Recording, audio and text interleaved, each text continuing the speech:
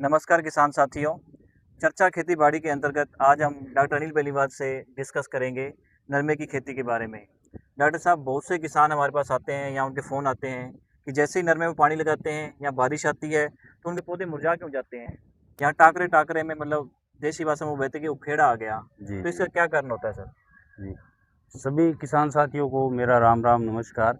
मैं Anil Beniwal Lohia chemicals limited की तरफ से आप सभी का हार्दिक स्वागत करता हूँ।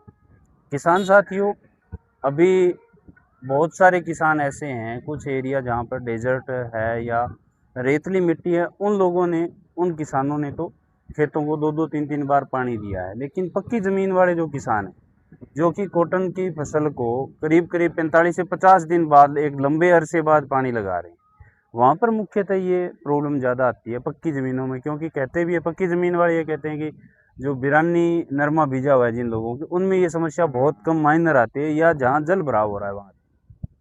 तो उखेड़ा रोग, उखटा रोग, या जिसको आप कहते हैं बिल्ट, आज इस पे आप चर्चा करेंगे। तो सबसे पहले मैं आप लोगों को ये बताना चाहूँगा किसान साथियों, अभी का जो मौसम है या जो समय है, जैसा मैंने बताया, एक लंबे अरसे बाद, एक लंबा टाइम पीरियड निकालने के बाद में जब पानी लगाया जाता है, तो उस टाइम ज़मीन थोड़ी सी हार्ड हो जाती है, और जो पौधा है वो पानी लगाने के 24 से 48 घंटे के भीतर भीतर मुरझा जाता है। एकदम से सारी की सारी पत्तियां, जैसा कि हम वीडियो के अंदर एक फोटो भी लगा रहे हैं, एकदम से सारी पत्तियां ऊपरले सिरे से लेकर नीचे तक की जो सारी पत्तियां, वो एकदम से मुरझा जाती है, गिरती नहीं है, पौधा हरा रहता है और मुरझा जाती है। या दूसरा, आधा पौधा हरा रहता है और आधा मुरझा जाता है, एक ही पौधे का दो पार्ट हो जाता है, आधा मुरझा जाता है, आधा हरा रहता है। ये जो होता है, इसको हम बोलते हैं पैराबिल्ट, जो कि मुख्यतः अभी बारिश शुरू होते ही या किसान जब पानी लगा रहा है, तो उस टाइम क्या होता है, जो जड़ों को पूर्णतः ऑक्सीजन नहीं मिल पाती है, उस वजह से, और ज़्यादा जल भराव के कारण या लंबे टाइम तक ज़्यादा पानी ठहरने के कारण, जो पौधा है वो अपनी पत्तियों से जो पानी बाहर निकालता है, वाष्पो उत्सर्जन जिसको कहते हैं, वो ज़्यादा स्पीड से करता है, और उसका जाइलम जो है वो प्रॉपर वे में एक बार ब्लॉक हो जाता है, जिसके कारण पूरा का पूरा पौधा मुरझा जाता है। ये होता है पैराबिल्ट। सेकेंडरी जो बात करेंगे अपन, जिसमें फाड़ आने के बाद जब टिंडे बनना स्टार्ट होता है, उस टाइम एक समस्या आती है कि पौधे के पत्ते जो है वो पीले हो जाते हैं, और एकदम से सारे के सारे पौधे के जो पत्ते हैं वो ड्रॉप हो जाते हैं पीले होने के बाद। ये जो पैराबिल्ट है, ये आपको जहाँ जल भर रहा है उस क्षेत्र में, या जहाँ ज़्यादा ज़मीन हार्ड है, उतने एरिया में एक साथ आने को आपको मिलेगी। लेकिन जो बिल्ट है वो आपको, जो देसी भाषा में अगर मैं कहूँ, टाकरे टाकरे आती है, मतलब कहीं कहीं कि अभी इस लाइन में आ गई 4 फुट, ये आगे, फिर 4 आगे आगे, इस तरह से आती है। पैराबिल्ट और बिल्ट दोनों को हम समझेंगे।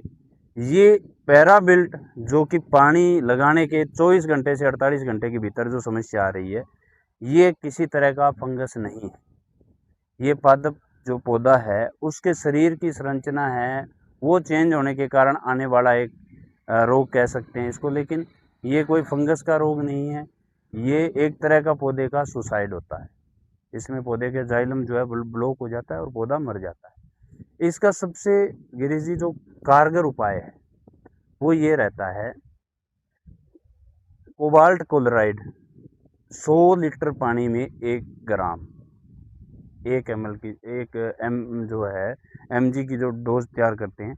कोबाल्ट क्लोराइड, बहुत सारे जो मेरे साथी हैं, किसान साथी, वो कोबाल्ट क्लोराइड को बिल्ट के अंदर यूज करते हैं, जो फ्यूजेरियम ऑक्सीस्पोरम फंगस के कारण या जो राइजोकटोनिया के कारण जो लास्ट में आती है, उस टाइम यूज करते हैं। उसमें किसी तरह का उसका कोई असर नहीं। सर, इसको रोक सकते हैं या जो पौधा खराब हो गया की तारीख में आपने कॉपर ऑक्सीक्लोराइड, या कॉपर जो है आजकल और भी फॉर्मुलेशन में आने स्टार्ट हो गए, वो कॉपर कॉपर के साथ, कॉपर ऑक्सीक्लोराइड के साथ मेनली कुछ नहीं मिलता, मिला नहीं सकते। दवाई फट भी जाती है, खेत में रिएक्शन भी करती है, लेकिन इसका एक, उसके साथ में हम नैनो यूरिया जो है वो मिला सकते हैं। नैनो यूरिया को हम कॉपर के साथ भी मिला सकते हैं।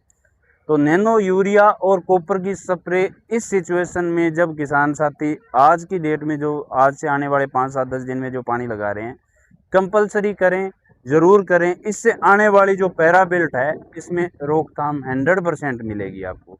और जो इस स्थिति में आके नरमा इस हाइट पे आके जब जो मुरझाने के बाद जो जा रहा है, याद रखें 24 से 48 घंटे के भीतर अगर आपने उपाय किया तो उसका इलाज है, अदरवाइज पौधा मरेगा ही मरेगा। 48 घंटे 72 घंटे गुजरने के बाद अगर आप खेत में दवाई लेके जा रहे हैं उसका कोई औचित्य नहीं है। ड्रेंचिंग करें अच्छे फंगीसाइड से, जहाँ ज़्यादा दिक्कत आ रही है अच्छे फंगीसाइड से पौधों के बीच में ड्रेंचिंग करें, पौधों की जड़ों में पानी डालें, ढोलकी की नोजल खोल के सीधा पानी डालें और आसपास के 10 पौधों में, स्वस्थ पौधों में भी ड्रेंचिंग करें। ये रोकथाम का सबसे बेटर उपाय है। नेक्स्ट पार्ट में हम बात करेंगे जो फूल गुड्डी आने के बाद जो बिल्ट आती है, जो फ्यूजेरियम बिल्ट आती है, उसके बारे में। जी राम राम। धन्यवाद।